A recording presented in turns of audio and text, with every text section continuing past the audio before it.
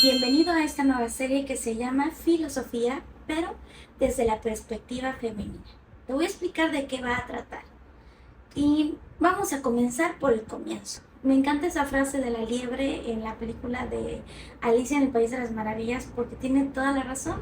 A veces estamos tan entusiasmados de poder comenzar algo o de hablar de algún tema que quisiéramos saltarnos las bases, los antecedentes, porque pareciera que son no atractivos, aburridos, pero yo voy a tratar de que mediante estos videos tú te acerques al conocimiento, a la filosofía, tú verás que sí, son temas complejos, pero también se pueden ir aprendiendo de manera sencilla, amena, divertida, porque no, el conocimiento debe de ser aprendido de una manera amable. Uno tiene que ser amable con la mente, con el cerebro, porque verdaderamente el cerebro es un músculo que debemos de ejercitar. Si nosotros queremos comenzar como si fuésemos unos grandes atletas intelectuales, es una alegoría, pues nos va a parecer extenuante, agotador, agobiante y vamos a terminar claudicando. Entonces vamos a empezar suavecito, despacito, para que esto sea lindo y llegue a nuestra mente de la manera apropiada. Se me ocurrió que debemos de empezar por la primera gran civilización, que fue Mesopotamia. Y ya se vas a decir, no, es que en la escuela me lo enseñaron y qué hueva, fue muy aburrido, pero no, yo te voy a demostrar que se puede aprender de otra forma. Es que la manera en la que nos enseñaron muchas veces no fue la apropiada. Mesopotamia fue cuna de muchos de los grandes inventos y de las primeras pensadoras, escritoras, astrónomas, matemáticas, médicos. Entonces sí necesitamos mencionarlas porque a mí en la escuela no me enseñaron este tipo de conocimiento. Entonces nosotros llegamos a la vida adulta con un conocimiento sesgado, limitado. Y digo limitado no es porque yo pretenda borrar la historia de los hombres, los descubrimientos de los hombres, los grandes hombres, los ilustres, los filósofos, no. Pero no podemos ir únicamente con el 50% del conocimiento, porque ese 50% sí lo tenemos, que es el de los hombres, pero hay otro 50% que debe de ser descubierto, recordado, porque ahí estuvo desde los inicios de las civilizaciones.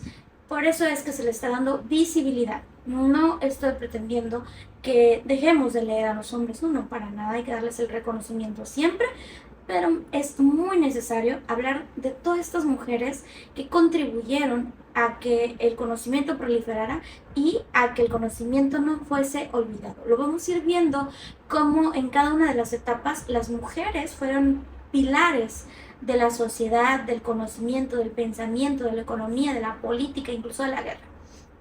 También ver cómo muchos de los actos humanos cambiaron el rol de las mujeres en sociedad. Pero vamos a ir poquito a poquito. Entonces, Mesopotamia. Después vamos a ver Egipto. Cuando estamos en la escuela nos dicen que la filosofía nace en Grecia antigua. Y es cierto que nace la filosofía formal, pero ya existía la filosofía en Mesopotamia, en Egipto. Y no se diga la parte oriental, porque yo me voy a centrar un poco más en la filosofía occidental, porque en China, bueno, China nos lleva a la delantera en todo. Esa es otra línea del tiempo, con otro tipo de mujeres, con otro tipo de sociedad. Bueno, es toda una línea diferente que por supuesto que en algún momento me gustaría abordar también. Después de que veamos cuál fue el rol de la mujer en la sociedad de Egipto y darle visibilidad también a estas primeras pensadoras y también diosas, porque hay que ver cómo la religión, la parte espiritual sí tuvo que ver o influenció a las leyes, a la contabilidad, a la vida cotidiana de todas estas mujeres. Yo debo decir que soy atea, me gusta decirlo porque quiero que sepan cuál es mi ideología en el marco religioso, pero soy muy respetuosa y admiro muchos de los pensamientos de las religiones, aunque algunos otros me parecen incongruentes, incoherentes y no comulgo con ninguno de ellos. Entre más soy adulta, entre más he crecido, me he percatado de que no puedo empatizar o no puedo encontrarle un, un sentido a la religión. Pero bueno, no nos vamos a centrar en eso, nada más quería que lo supieran para que vean que yo voy a tratar de ser lo más objetiva cuando toque los temas religiosos espirituales. Y por supuesto que después de Egipto nos vamos a Antigua Grecia. Este sería como el primer bloque de esta serie para darle visibilidad a las filósofas. En el segundo bloque, entonces ya entraríamos a ver cuál fue el papel de la mujer y de las filósofas, de las pensadoras, pero en Roma. Y de Roma, pues ya nos vamos a seguir hasta toda la vida. Vaya, la cronología histórica, un poco más de nuestros tiempos, digamos que después de Cristo.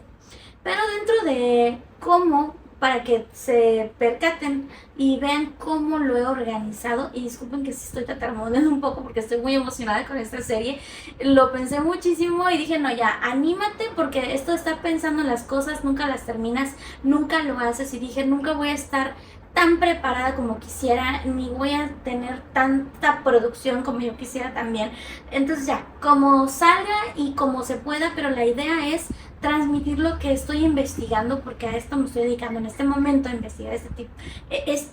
Me estoy centrando en este sector. Entonces dije, si estoy investigando esto, vaya, lo voy a compartir, y si no me sale perfecto, pues ni modo. A la gente, hasta escupí. A la gente, yo creo que le va a gustar lo que estoy diciendo, lo van a apreciar.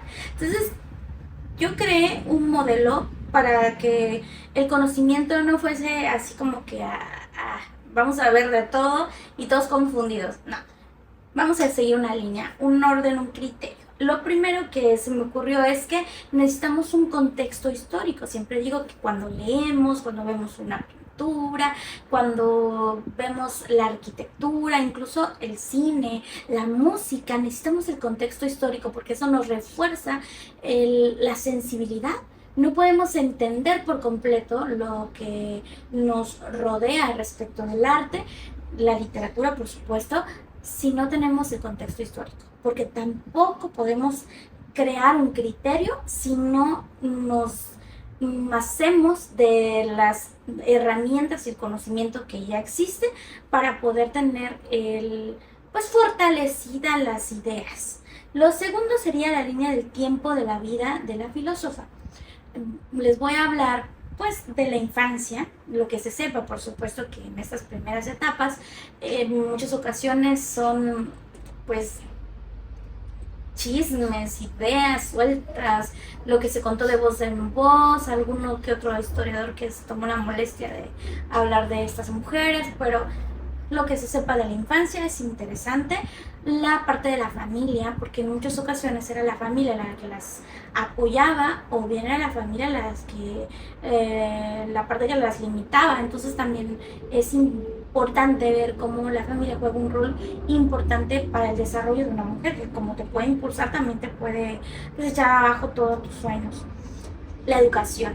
Si bien era una época en donde las mujeres no recibían educación formal, y esto dependiendo también de en qué ciudad se encontraban las mujeres, mientras en Atenas la educación de las mujeres era casi por completo limitada, en Esparta las mujeres recibían educación física y espiritualidad, formaban parte de la vida, como si fueran casi un hombre, es más importantes porque ellos apreciaban que la vida surgía de la mujer. Entonces, vamos a ver también eso, que cambiaba muchísimo el entorno respecto a la ciudad en donde se encontraban. Entonces, eso es importante de saber. Y eso también nos lleva a ver cómo era la vida de la mujer en esas épocas, porque cada una de nuestras pensadoras vivió en una época diferente. Es como pensar, en 10 años cambia mucho, ¿no? O sea, lo sabemos. Lo que vivió mi mamá en los 50, 60, 70 no es lo mismo que yo vengo a vivir desde los 90, 2000, 2020 y sucesivamente. Incluso las abuelas, las bisabuelas y sucesivamente vivieron contextos completamente diferentes, y lo mismo pasa con estas pensadoras que fue evolucionando la sociedad, y con ello la forma en la que ellas pues convivían y los recursos que tenían también fueron cambiando, no se fueron preservando. También los muchos o pocos escritos que se tenga de cada una nos van a decir más o menos cómo era la personalidad de cada una de ellas. Se puede saber muchísimo de una persona al ver el arte que proyecta, como puede ser un arte fingido, porque eso existe. Si una persona elige dibujar sobre crueldad, no siempre significa que sea una persona cruel, solo le está dando visibilidad a la crueldad mediante el arte, pero al momento de ver lo que está creando, entonces analizamos elementos, eso sí puede ser parte de una psicología. Como puede haber una psicología de los personajes, en donde encontramos, por ejemplo, Dostoyevsky. Él, en muchas de sus historias, se ve mucho de su personalidad, de su experiencia, de sus vivencias, de su tiempo en la cárcel, en su tiempo como soldado, lo que él vivió como niño, con su padre, con su madre, etc. También los amoríos que tuvo en su vida, el amorío que tuvo con Apolonia, por ejemplo, que fue, no, con Polina, perdón, estoy pensando en El Padrino, no, con Polina, que fue su amante, mientras él estaba casado con María. Polina era su amante, y lo que ella le hizo pasar, pues mucho de ella se ve reflejado en personajes que él desarrolló en novelas. Y lo mismo pasa con estas mujeres, que podemos tener algunos elementos para entender más o menos cómo eran ellas en su día a día. Necesitamos también contar un poco de sus amoríos, de sus amistades, si existió alguna rivalidad, porque en ese tiempo, bueno, no en ese tiempo, en todos los tiempos existen rivalidades, y creo que lo vivimos todavía ahorita. También si existe algún chisme histórico o anécdotas que puedan fortalecer lo que estamos creando en este mundo, en este viaje que vamos a hacer, en dónde vivían, si viajaron en algún momento. También vamos a ver si sabemos cómo murieron o en dónde murieron, fechas más o menos exactas o aproximadas.